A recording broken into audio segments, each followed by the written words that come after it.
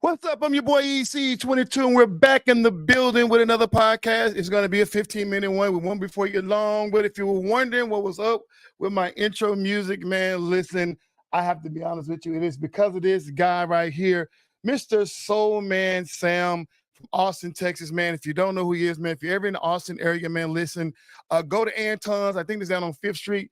Man, this guy's 76 years old, man. He be doing his thing, man. I mean, just an original soul, man. I mean, look at the moves he got there. And he's blind. Y'all look at him. Oh, yeah, this guy, Soul Man Sam Evans, put on an awesome show, man. So I was just enjoyed the show, man. I appreciate him for 76 years old, man. Just turned. He's an original soul, man. So I appreciate him. Let's jump on over into sports. Yo, listen, I won't before you long. Like I said, we got a few more minutes before we jump over to Face Sport Talk Radio over on Facebook, man. Join us live over there. But before we go any further, man, please like, subscribe, share, leave comments, join the conversation here on the FairWeather Fan Channel, as also over on Face Sports Talk Radio. Join us at the top of the hour. Listen, I just want to throw out there the WNBA real quick, man. Right now, I think it's the New York Liberty has now taken over the first place in the WNBA. Congratulations to them. It's been a week in the running, so they've been doing their thing, man. I'm not mad at what New York has been doing, but let me get myself together real quick. Listen, who do you guys think should be the WNBA Rookie of the Year? And it's going back and forth, and all depends on what you like. Should it be Caitlin Clark? Right now, she's ranked number 27th, I believe. 16th on the list, I believe, in scoring in the WNBA as a rookie. So she's doing her things there. But should it be Angel Reese, who is currently on fire? 10 games, double-double. I mean, it depends on what you're looking for. Now, I'm going to say this, and I'm going to fall back, because I told you I wasn't going to talk about this Caitlin Clark situation no more. But why not, right? Everybody else talking about it. No, listen, Caitlin Clark, I want to say, what she's done for the NBA by bringing some more eyes or some more attention on WNBA, more than likely we probably will get it for that reason alone, popularity. I'm not mad at it. But if she continue on the streak that she's on right now, she'll be well deserving of Rookie of the Year. But Angel Reese is on the tear, man, averaging a double-double. She's not, and this is the first time a rookie ever done this winning streak.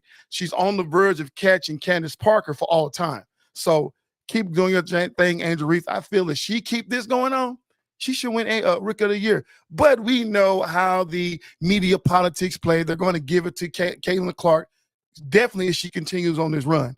But like I said, but nevertheless, none of the two girls are in the top 10. Let's run down the top 10 scorers in the WNBA right now. You got Asia Wilson sitting around at 26.9 points a game, man. The girl is by a lot of control, man, over for the Aces. You got Arika Ogumawale, second place for the Dallas Wings.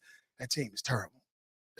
That's our team, but it's terrible. The last team in the WNBA, but Arika had been just playing lights out, but she can't do it by herself. Kalea Cooper, man, if you don't know who she is, the girl is a beast. I mean, it's almost like watching the second coming of Diana Taurasi over in Phoenix, but the Mercury. But at the end of the day, man, Kalea Cooper, number 2.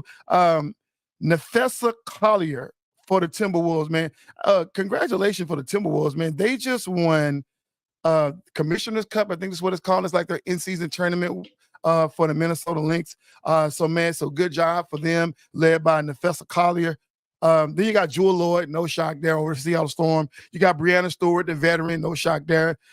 Jackie Young has been balling out of control. I like the way Sabrina Ionesco. Y'all know Sabrina, the girl, the sharpshooter who went toe-to-toe with Steph Curry. Yeah, she's doing a thing.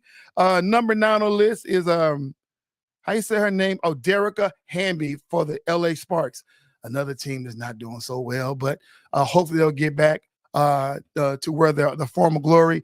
And on last on the list is Kelsey Plum over at the Las Vegas Aces over there. And some honorable mentions with Nneka Ogwumike over in Seattle, man, the veteran, and then coming in Diana Taurasi. And then then you like I say, Caitlin Clark come down at the number 16 spot on the list. But listen, I'm waiting for Chicago to do something better than what they've been doing. What's going on, Lou? Thanks for tuning in. I don't know what we're going to get out of their center, who's supposed to be center, and no disrespect out of the young lady, but I forget. I can't think of her name right now. The girl from NC State. I forget her name. But anyway, the big girl who's supposed to be the center, 6'7". She should be on her thing, but right now she's kind of not really stepping up to the plate, being what we need her to be. But let me pull it up real quick.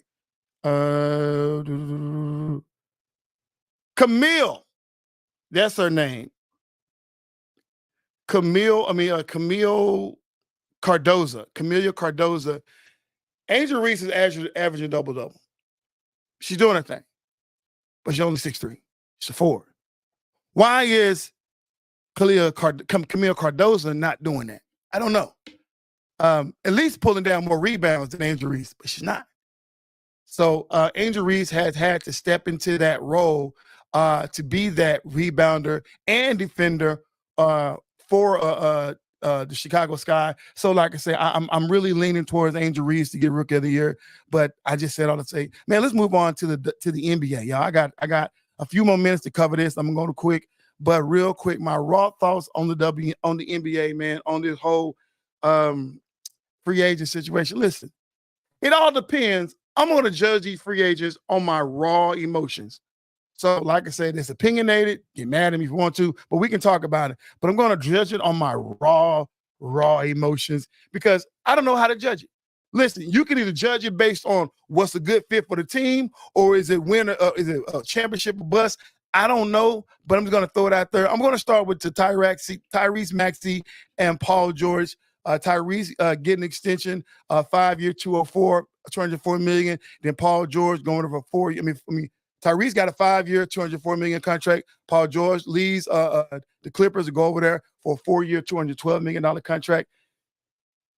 On paper, I think that's a good fit. I think that's a good starting three. You got Joel Embiid, and then you turn around, you got Tyrese Maxey, the kid from Garland, and then you got Paul George over there, man. I think they're a good fit.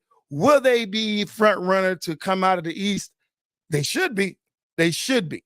I don't know. I think this is something real good to build on.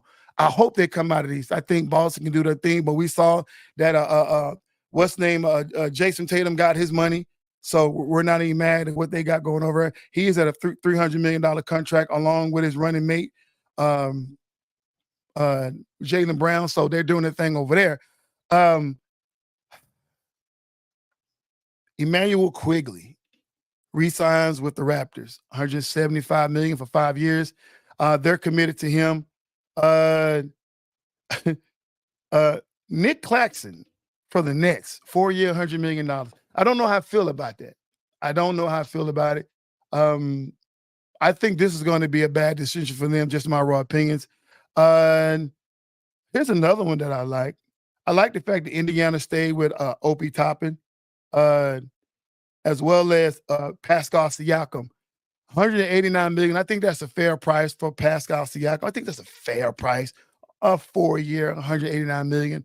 And then, like I say, and you still keeping Obi Toppin over there. I think it's a fair price. Okay, I'm not gonna trip on that. But this is what everybody want to talk about because I'm not going to be before you long. I am not happy about Klay Thompson coming to the Mavericks. I'm here in the Metroplex, and for a lot of reasons. I think that for what the Mavs gave him, I don't understand why the goddamn Warriors could offer him that. I mean, I'm looking at what's that? Kelly Oubre got not Kelly Oubre, but who's that? Like Obi Toppin got a 4-year, $60 million contract. And I think Klay is better than him. Tobias Harris, that's what I want to say. Tobias Harris, not Tobias, but Contelius K1 Pope.